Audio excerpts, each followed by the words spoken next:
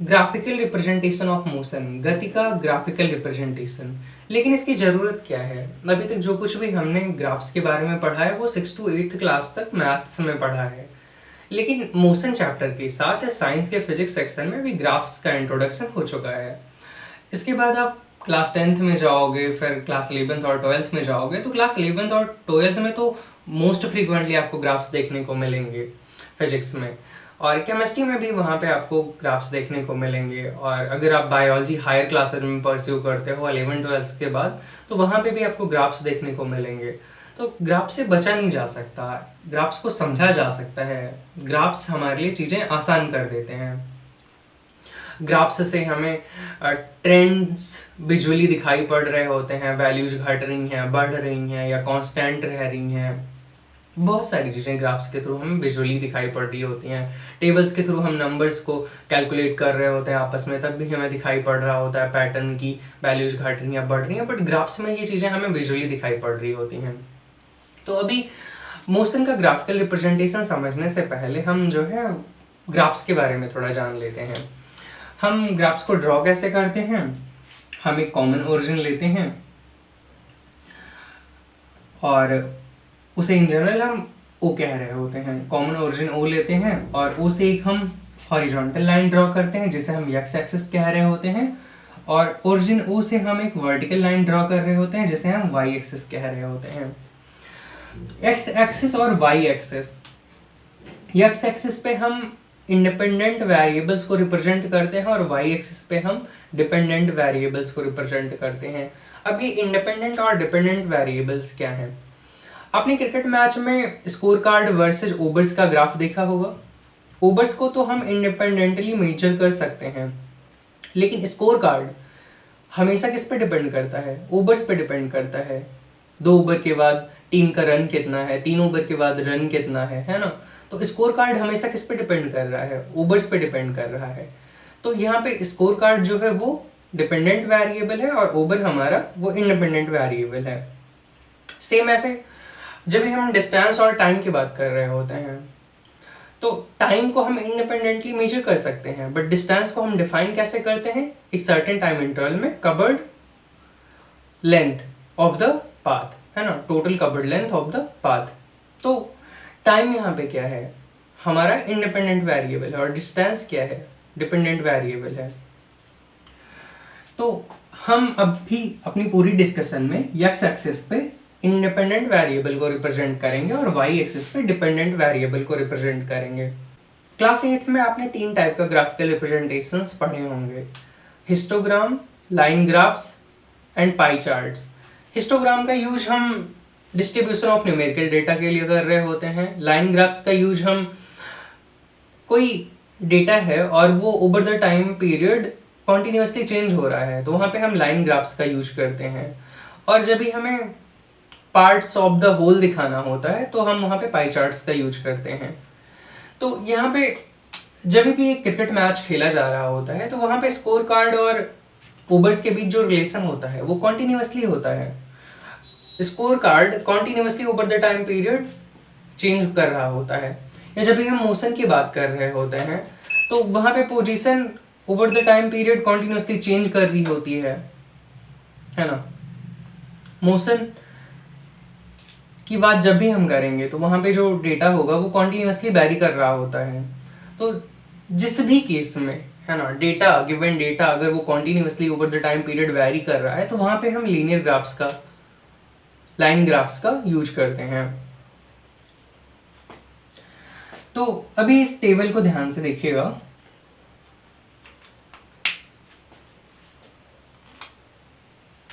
एक साइड में ओवर्स दिए गए हैं और एक साइड में स्कोर कार्ड है इंडिया का और न्यूजीलैंड का। यहाँ पे आफ्टर 5 ओवर स्कोर मेंशन है दोनों टीमों का, इंडिया और न्यूजीलैंड का। मैं आपसे सवाल करता हूं कि आप इस टेबल को देखिए और बताइए कि किस टीम ने सबसे तेजी से रन बनाए हैं। तो आप इन दोनों टेबल को देखोगे, कंपेयर करोगे। पहले 5 ओवर में इंडिया का स्कोर कितना था? 55 था। दूसरे 5 ओवर में इंडिया का स्कोर कितना था, 107 था, और यहाँ पे न्यूजीलैंड का 38 और 74, है ना। तो ऐसे आप देखोगे, कंपेयर करोगे, और एट द एंड आप देखोगे कि 20 ओवर के बाद इंडिया का टोटल स्कोर 255 था और न्यूजीलैंड का टोटल स्कोर 159 था, 159, है ना। तो आप देख रहे हो कि एवरी 5 ओवर के इंटरवल में, है ना, इंडिया ने ही तेजी से रन बनाए हैं। आप देखते हो, डेटा देखते हो, आप कंपेयर करते हो और आप एक फाइनल रिजल्ट पे पहुंचते हो कि इंडिया ने ही तेजी से रन बनाए हैं। अब यही सेम इंफॉर्मेशन का ग्राफिकल रिप्रेजेंटेशन ये है यहाँ पे, जिसमें इंडिया का स्कोर बढ़ते हुए ब्लू लाइन से दिखाया गया है और न्यूजीलैंड का स्कोर बढ़ते हुए ब्लैक लाइन से दिखाया गया है। तो अभी मैं आपसे पूछूंगी, क्या आप बता सकते हो कि किस टीम ने तेजी से रन बनाया है? तो आप यहाँ पे देखोगे, आपको यहाँ पे लाइन ग्राफ्स दिखाई पड़ रहे होंगे। तो आप देखोगे कि अब कोई भी, अगर हम एक पार्टिकुलर पार्टिकुलर इंटरवल की बात कर लें, 0 to 5 ओवर के बीच किस टीम ने सबसे तेजी से रन बनाए हैं, तो आप देखो एक्स एक्सिस के साथ इसकी स्टीपनेस, ब्लैक लाइन की स्टीपनेस ब्लू लाइन के कंपैरिजन में कम है ना। तो आप सिर्फ स्टीपनेस देख के, लाइन की स्टीपनेस देख के आप बता सकते हो कि किस टीम ने तेजी से रन बनाए हैं। जो लाइन जितनी ज्यादा स्टीप होगी वो बताएगी कि रेट ऑफ चेंज कितना फास्ट रहा है। तो हम बिना किसी मैथमेटिकल कैलकुलेशन के, जो हम टेबल में कर रहे होते हैं, हम सिर्फ लाइन ग्राफ की स्टीपनेस देख के हम बता सकते हैं कि कौन सी टीम ने बहुत तेजी से रन बनाया है। तो अगर मैं फर्दर आपसे एक सवाल पूछूं कि आखिरी के 5 ओवर्स में टीम इंडिया ने कितनी तेजी से रन बनाए हैं, तो आप कैसे बताओगे? बेसिकली आखिरी के 5 ओवर में टीम इंडिया का रन रेट आपको बताना है। तो हम क्या करते हैं, आखिरी के 5 ओवर्स 15 to 20, है ना। तो 15 ओवर के बाद टीम इंडिया का स्कोर कितना था, 177 था, और 20 ओवर के बाद कितना स्कोर था, 255 था। तो हम क्या करते हैं कि स्कोर का गैप निकाल लेते हैं आखिरी के 5 ओवर में, और ओवर्स का गैप कितना है, 5, है ना। और यहां से स्कोर का गैप हम निकाल लेते हैं। 255 से 177 रिड्यूस करने पे कितना आएगा, तो यहाँ पे 5 से 7, 15 से 7 गया, 8 आ गया, और यहाँ पे 14 से 7 गया, 7 आ गया। अगर इसे हम 5 से डिवाइड कर दें तो 5 1 जा 5, और यहाँ से 2 गया, 28 हो गया, 5 5 जा 25, 5 6 जा 30 रन्स पर ओवर। आखिरी के 5 ओवर्स में टीम इंडिया का रन रेट 15.6 रन्स पर ओवर रहा है।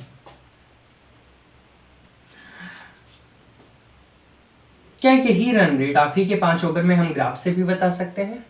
बिल्कुल बता सकते हैं, है ना। उसके लिए हमें क्या करना होगा, आखिरी के 5 ओवर का हम इंटरवल उठा लेते हैं, है ना। ये क्या है, हॉरिजॉन्टल चेंज है ना। और हम स्कोर कार्ड हमारा वर्टिकल एक्सिस पे है, तो हम आखिरी के 5 ओवर में वर्टिकल चेंज देख लेते हैं कितना है, स्कोर में वर्टिकल चेंज कितना है। तो टीम इंडिया का स्कोर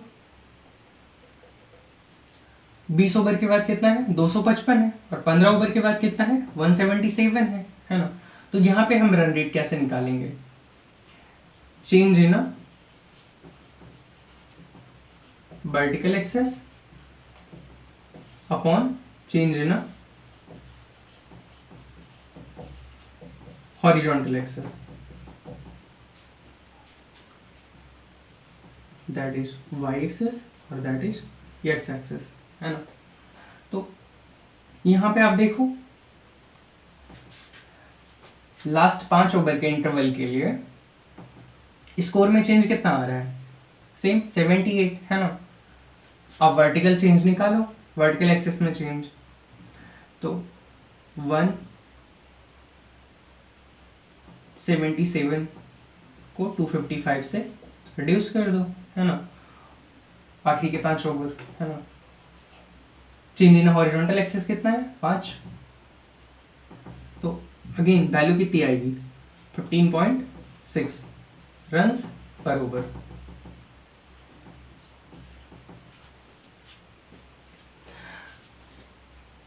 ग्राफ से भी हम रन रेट बता सकते हैं आखिरी 5 ओवर में, और टेबल से भी हम बता सकते हैं, है ना। यही जो चेंज इन वर्टिकल एक्सिस और change in upon change in horizontal axis है, इसी को हम स्लोप भी कह रहे होते हैं। ग्राफ का हम स्लोप कह रहे होते हैं। ग्राफ का स्लोप हमें रेट ऑफ चेंज बताता है। ये हमारे लिए इंपॉर्टेंट है, ये याद रखना है आपको कि किसी भी ग्राफ का स्लोप, उसका मैथमेटिकल फॉर्मूला क्या है, change in a vertical axis upon change in a horizontal axis. और स्लोप हमारा बता क्या रहा होता है, रेट ऑफ चेंज बता रहा होता है, rate of change.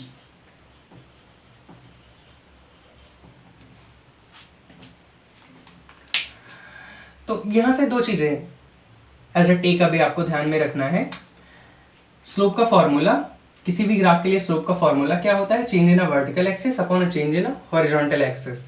And a second thing, आप किसी भी टाइम इंटरवल में, आप किसी भी टाइम इंटरवल को उठा लो, आप किसी भी ओवर्स के इंटरवल को उठा लो, है ना। मैं अभी आपसे 10 से 15 ओवर के बीच के इंटरवल में पूछूं कि किस टीम ने तेजी से रन बनाया है, तो उसके लिए आपको बस स्टीपनेस देखनी है लाइन की, है ना। उसके लिए बस आपको स्टीपनेस देखनी है लाइन की। जो लाइन सबसे ज्यादा स्टीप है, ब्लैक लाइन के कंपेरिजन में ब्लू लाइन ज्यादा स्टीप है, तो आप बस नॉर्मली स्टीपनेस देख के ही बता सकते हो कि किस टीम ने तेजी से रन बनाया है, किसका रेट ऑफ चेंज ज्यादा है। तो और यही स्टीपनेस ही क्या कहलाता है, स्लोप कहलाता है। जिसका स्लोप ज्यादा है उसका रेट ऑफ चेंज ज्यादा है, जिसकी स्टीपनेस ज्यादा है उसका स्लोप ज्यादा है ना। तो ये टेक अवे हमें ध्यान में रखना है, एक तो स्लोप का फॉर्मूला, और हम सेकेंड थिंग की ग्राफ को देख के ही कि कौन सी लाइन ज्यादा स्टीप है, इसे देख के ही हम बता सकते हैं कि किसका रेट ऑफ चेंज ज्यादा है। तो बस इतना ही यहां से कंक्लूड करना है। इसके बाद हमें मोशन के बारे में पढ़ना है, ग्राफिकल रिप्रेजेंटेशन ऑफ मोशन, है ना। तो मेनली हम ग्राफिकल रिप्रेजेंटेशन ऑफ मोशन में 2 टाइप्स के ग्राफ पढ़ते हैं, एक डिस्टेंस टाइम ग्राफ हम पढ़ेंगे और एक वेलोसिटी टाइम ग्राफ हम डिस्कस करेंगे। डिस्टेंस टाइम ग्राफ, तो अभी हमें डिस्टेंस टाइम ग्राफ को समझना है। डिस्टेंस टाइम ग्राफ में टाइम हमारा इंडिपेंडेंट वेरिएबल है जिसे हम एक्स एक्सिस पे डिनोट कर रहे होते हैं, और डिस्टेंस हमारा डिपेंडेंट वेरिएबल है जिसे हम वाई एक्सिस पे डिनोट कर रहे होते हैं। डिस्टेंस टाइम ग्राफ बताता क्या है, how distance changes with time, distance कैसे समय के साथ बदल रही है, डिस्टेंस और समय के बीच रिश्ते को दर्शाता है। तो डिस्टेंस हमारी कैसे बदल रही होती है समय के साथ, जब भी आप मूव कर रहे होगे, है ना। तो मूव आप कैसे कर रहे होते हो, आप चल कैसे रहे होते हो, किन तरीकों से आप मूव कर रहे होते हो। या तो आप इक्वल डिस्टेंस कवर करोगे इक्वल टाइम इंटरवल में, या तो आप अनइक्वल डिस्टेंस कवर करोगे इक्वल टाइम इंटरवल में, है ना। या तो आप यूनिफॉर्म स्पीड से मूव कर रहे होगे, या तो आप नॉन यूनिफॉर्म स्पीड से मूव कर रहे होगे। तो यहाँ पे हमें डिस्टेंस टाइम ग्राफ को जो है फॉर यूनिफॉर्म स्पीड के लिए डिस्कस करना है। सपोज करिए आप अपनी मोटर बाइक से इक्वल टाइम इंटरवल में इक्वल डिस्टेंसेस कवर करते हो। इक्वल टाइम इंटरवल आपका 20 मिनट का है ना। इक्वल टाइम इंटरवल आपका 20 मिनट का है, और इक्वल डिस्टेंसेस जो आप कवर कर रहे हो वो 50 किलोमीटर की कर रहे हो। आप हर 20 मिनट में अपनी मोटर बाइक से 50 किलोमीटर की डिस्टेंस आप कवर कर रहे हो। अब सपोज करिए कि आप सुबह 6 बजे जो है आप टाइम घड़ी में देखना शुरू करते हो, है ना, और देखते हो आप नेक्स्ट 20 मिनट में 50 किलोमीटर कवर कर चुके हो। नेक्स्ट 20 मिनट में अगेन आप 100 किलोमीटर, है ना। नेक्स्ट 20 मिनट में आप 150 किलोमीटर पे होते हो, है ना। बाइक का ऑडोमीटर बता रहा होता है नेक्स्ट 20 मिनट में 200 किलोमीटर। तो यहाँ पे आप क्या देख रहे हो कि एवरी 20 मिनट में आप 50 किलोमीटर की डिस्टेंस कवर कर रहे हो, मीन्स इक्वल टाइम इंटरवल में आप इक्वल डिस्टेंसेस कवर कर रहे हो। तो ये हमारी कैसी हो गई, यूनिफॉर्म स्पीड हो गई, है ना। तो जब भी हम पॉइंट्स को प्लॉट करते हैं, सेट ऑफ वैल्यूज, है ना, पहले 20 मिनट में 50 किलोमीटर, दूसरे 20 मिनट में 50 किलोमीटर, है ना, तीसरे 20 मिनट में अगेन 50 किलोमीटर, है ना, 50 किलोमीटर, चौथे 20 मिनट में अगेन 50 किलोमीटर, है ना। ऐसा 7:40 पे आप देखते हो आपने 250 किलोमीटर की डिस्टेंस टोटल कवर कर ली है ना। तो जब ये सारी सेट ऑफ वैल्यूज को आप यहाँ पे प्लॉट करते हो और उन्हें आपस में मिलाते हो, तो आप देखते हो कि सारे सेट ऑफ वैल्यूज के जो पॉइंट्स थे वो स्ट्रेट लाइन पे फॉल करते हैं, है ना। तो इससे रिजल्ट क्या निकल के आता है, कंक्लूजन क्या निकलता है कि जब भी कोई ऑब्जेक्ट यूनिफॉर्म स्पीड से मूव कर रही होती है तो उसका डिस्टेंस टाइम ग्राफ जो होता है वो स्ट्रेट लाइन होता है। तो इसे हम लिख लेते हैं dt graph of an object moving with uniform speed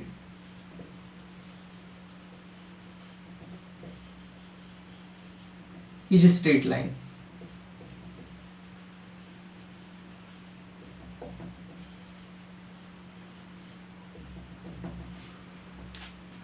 जब भी कोई ऑब्जेक्ट यूनिफॉर्म स्पीड से मूव कर रही होगी तो उसका ग्राफ हमेशा, उसका dt ग्राफ हमेशा कैसा होगा, स्ट्रेट लाइन होगा। इसका अपोजिट भी ट्रू है ना। अगर dt ग्राफ आपको किसी ऑब्जेक्ट का स्ट्रेट लाइन दिया गया है तो डेफिनेटली ही वो ऑब्जेक्ट यूनिफॉर्म स्पीड से मूव कर रही होगी। तो यहां से हमें ये रिजल्ट ध्यान में रखना है। क्या हम स्पीड इस डिस्टेंस टाइम ग्राफ से फाइंड आउट कर सकते हैं? स्पीड हमारी होती क्या है, how fast something is moving, कितनी तेजी से कोई ऑब्जेक्ट मूव कर रही है, means rate of change of distance with respect to time, वही हमारा क्या होता है, स्पीड होता है। तो अभी इससे पहले हमने स्लोप निकाला था, है ना, और उसका मैथमेटिकल फॉर्मूला क्या था, change in a vertical axis, that is y upon a change in a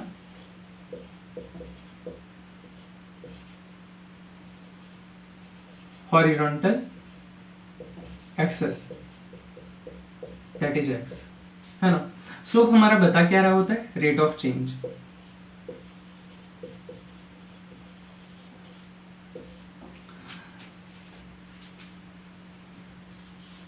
vertical axis पे डिस्टेंस है, हॉरिजॉन्टल एक्सिस पे टाइम है ना। अगर एक पार्टिकुलर टाइम इंटरवल को हम उठा लें, है ना, सपोज करिए कि 6:40 से 7 के बीच को हमने कंसीडर किया है यहाँ पे, तो हॉरिजॉन्टल एक्सिस में चेंज कितने का है इस इंटरवल में, 20 मिनट का,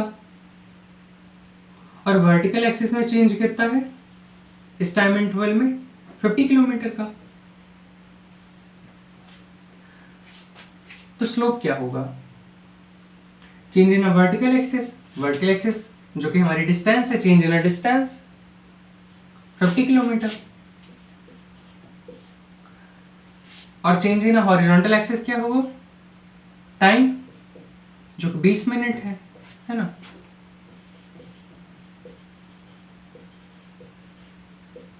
इसको हम डिवाइड कर देते हैं तो वैल्यू क्या आएगी, 2 2 जा 4, 2 5 जा 10, 2.5 किलोमीटर पर मिनट। और यही हमारी क्या है, स्पीड।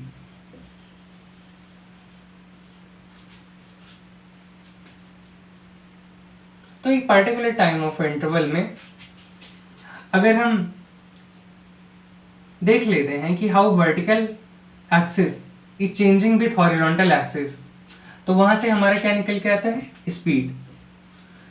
तो डिस्टेंस टाइम ग्राफ में जो हमारा स्लोप होता है, डिस्टेंस टाइम ग्राफ के लिए जो ग्राफ का स्लोप होता है वो हमें क्या बता रहा होता है, स्पीड बता रहा होता है, how fast an object is moving, that is 2.5 kilometre पर मिनट। अब इसे अगर हम किलोमीटर पर आवर में चेंज कर दें, 2.5 किलोमीटर, मिनट को हमें आवर में कन्वर्ट करना है, तो 60 minute is equal to 1 hour होता है ना, 1/60 आवर हो जाएगा, है ना। पर मिनट को अगर 6 आवर में कन्वर्ट करना है तो 1/60 आवर हो जाएगा, है ना।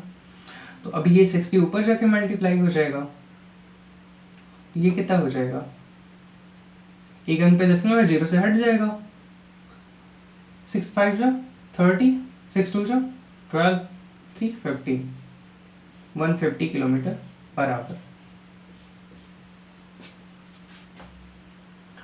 मोटर बाइक की स्पीड क्या आ जाएगी इस पार्टिकुलर 20 मिनट के टाइम इंटरवल में, 150 किलोमीटर पर आवर। तो डिस्टेंस टाइम ग्राफ में जो हमारा ग्राफ का स्लोप होता है वो हमारा स्पीड बता रहा होता है। डिस्टेंस टाइम ग्राफ अभी हम नॉन यूनिफॉर्म मोशन के लिए डिस्कस कर लेते हैं, जब भी ऑब्जेक्ट हमारी नॉन यूनिफॉर्म स्पीड से मूव कर रही है। तो जब ये ऑब्जेक्ट हमारी नॉन यूनिफॉर्म स्पीड से मूव कर रही होगी तो वो इक्वल टाइम इंटरवल में ही अनइक्वल डिस्टेंस कवर कर रही होगी। अब इसमें भी दो केस बनते हैं, है ना। एक तो unequal distance equal time interval में बढ़ती जाती है बढ़ती जाती है बढ़ती जाती है, तो वहाँ पे हमारी स्पीड बढ़ रही होती है। और दूसरे केस में अनइक्वल डिस्टेंस जो होती है वो इक्वल टाइम इंटरवल में घटती जाती है घटती जाती है घटती जाती है, तो वहाँ पे स्पीड ओवरऑल घट रही होती है। तो इन दोनों केसेस को हम dt ग्राफ पे डिस्कस कर लेते हैं और समझ लेते हैं। तो अभी फर्स्ट केस देखिएगा, एक्स एक्सिस पे हमने टाइम को सेकंड्स में ले रखा है और वाई एक्सिस पे डिस्टेंस को मीटर में ले रखा है। तो हम कंसीडर करते हैं पहले 5 सेकंड्स में, है ना। ऑब्जेक्ट हमारी, मान लीजिए मोटर बाइक हमारी मूव कर रही है और उसी की डिस्टेंस और डिस्टेंस को हम टाइम के रिस्पेक्ट में देख रहे हैं कैसे वेरी कर रही है विथ नॉन यूनिफॉर्म स्पीड। तो यहाँ पे हम देख रहे हैं कि पहले 5 सेकंड्स में जो डिस्टेंस कवर्ड है मोटर बाइक के द्वारा वो कुछ, अगर इसे हम 15 कह लें, है ना, 10 20 30 40 50, है ना। तो ये सब 5 सेकंड्स में ये ऑलमोस्ट 15 मीटर कवर कर रही है फर्स्ट 5 सेकंड में। फर्स्ट 5 सेकंड में ये 15 मीटर, सेकंड 5 सेकंड में ये कितना कवर कर रही है, 15 to 50 जा रही है ना। तो ये कितने का गैप आ रहा है, 30 का, सेकंड में 35 मीटर, है ना। और थर्ड 5 मिनट में ये 50 to 125 जा रही है ना। तो ये यहाँ पे 75 का गैप आ रहा है। फोर्थ 5 सेकंड में कितना जा रही है, 125 to 250, ऑलमोस्ट 225 जा रही है ना। तो 125 to 225, 100 मीटर, है ना। तो ये equal time interval of 5 second 5 second 5 second में अनइक्वल डिस्टेंसेस कवर कर रही है, और ये distances every time interval of 5 minute के बाद बढ़ती ही जा रही हैं बढ़ती ही जा रही हैं। तो यहाँ पे हमारी स्पीड जो है वो इंक्रीज कर रही है। तो अभी हम सेकंड केस देख लेते हैं। ये ए हो गया जब स्पीड हमारी इंक्रीज कर रही है, और ये हम बी केस देख लेते हैं।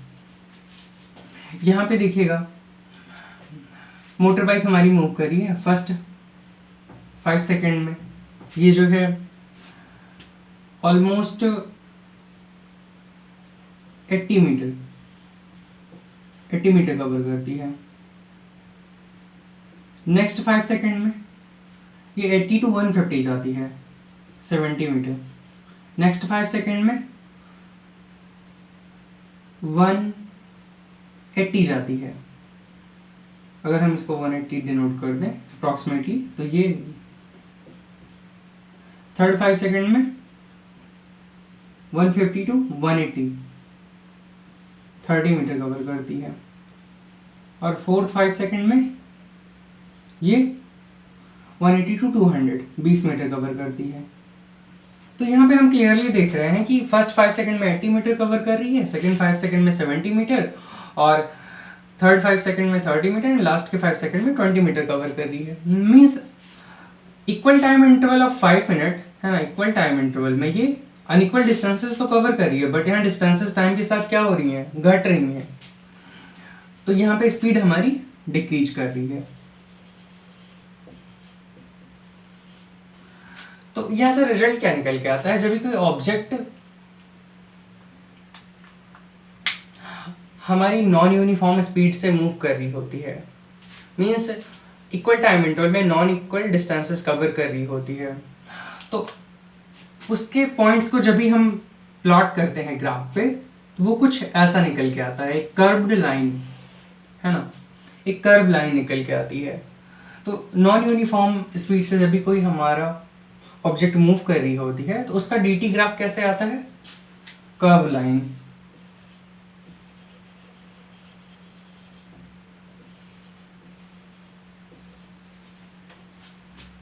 जब भी कोई ऑब्जेक्ट नॉन यूनिफॉर्म स्पीड से मूव कर रही है, तो उसका ग्राफ कर्व्ड लाइन हमें मिलता है। अब इस पे बेस्ड हम कुछ न्यूमेरिकल्स कर लेते हैं। तो अभी हम एनसीईआरटी के इन टेक्स्ट क्वेश्चंस कर लेते हैं। तो यहाँ पे पहला क्वेश्चन कह रहा है, what is the nature of the distance time graphs for uniform and non uniform motion of an object. तो nature of a graph, distance time graph पूछ रहा है जब भी ऑब्जेक्ट यूनिफॉर्म मोशन कर रही है। तो अभी हमने पढ़ा है कि जब भी ऑब्जेक्ट यूनिफॉर्म मोशन कर रही होती है, तो उसका dt ग्राफ क्या होता है, स्ट्रेट लाइन होता है ना। और जब भी ऑब्जेक्ट नॉन यूनिफॉर्म मोशन कर रही होती है, तो उसका dt ग्राफ कर्व लाइन हमें मिलता है।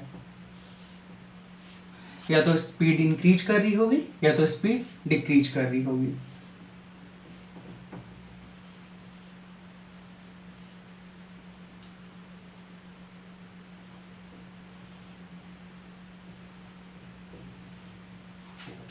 तो ये हमारा आंसर है, what is the nature of the distance time graphs for uniform and non uniform motion of an object. जब भी ऑब्जेक्ट यूनिफॉर्म मोशन कर रही है, तो डिस्टेंस टाइम ग्राफ का नेचर कैसा है, हमें स्ट्रेट लाइन मिलती है। ग्राफ हमें कैसे मिलता है, स्ट्रेट लाइन मिलता है। एंड जब भी नॉन यूनिफॉर्म मोशन, तो dt ग्राफ हमें कर्व लाइन मिल रहा होता है। या तो स्पीड इंक्रीज कर रही होगी या तो स्पीड डिक्रीज कर रही होगी। और सेकंड क्वेश्चन है, what can you say about the motion of an object whose distance time graph is a straight line parallel to the time axis. कह रहा है कि फर्स्ट क्वेश्चन और ये सेकंड क्वेश्चन, ये कह रहा है कि डिस्टेंस टाइम ग्राफ है, डिस्टेंस टाइम ग्राफ है, और इसमें the motion of an object whose distance time graph is a straight line parallel to the time axis है ना। जो dt ग्राफ है वो स्ट्रेट लाइन है और parallel to the time axis है ना। तो इससे आपको क्या समझ में आ रहा है ना, फिक्स्ड डिस्टेंस है ना। ये वर्टिकल एक्सिस पे डिस्टेंस है, हॉरिजॉन्टल एक्सिस पे टाइम है। तो डिस्टेंस तो फिक्स्ड है, मीन्स पोजीशन फिक्स्ड है। ऑब्जेक्ट की पोजीशन, टाइम हम देख रहे हैं यहाँ पे, टाइम चेंज हो रहा है ना, बट ऑब्जेक्ट की जो पोजीशन है वो टाइम चेंज के साथ सेम ही रह रही है ना। Means the object is in rest, the object is in rest. अगर dt ग्राफ किसी ऑब्जेक्ट का टाइम एक्सिस के पैरेलल और स्ट्रेट लाइन आ रहा है, तो ऑब्जेक्ट रेस्ट की अवस्था में होगी। अभी हम तीसरा क्वेश्चन देख लेते हैं। एक साइक्लिस्ट है, उसका डिस्टेंस और टाइम ग्राफ यहाँ पे गिवन है। तो इस पूरी होल जर्नी के दौरान एवरेज स्पीड पूछ रहा है, साइक्लिस्ट की एवरेज स्पीड पूछी जा रही है यहाँ पे। तो एवरेज स्पीड का फॉर्मूला क्या होता है? Total distance upon total time.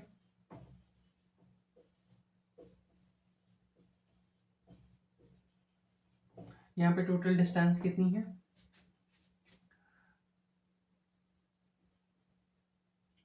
5 hours में टोटल डिस्टेंस कितनी है? कवर टोटल डिस्टेंस कितनी है? 40 किलोमीटर।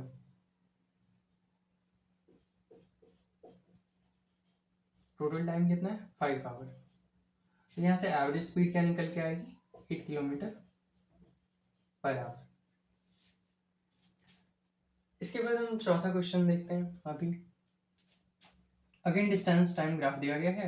4 कार्स हैं PQRS जो मूव कर रही हैं और इनका डिस्टेंस टाइम ग्राफ यहाँ पे गिवन है।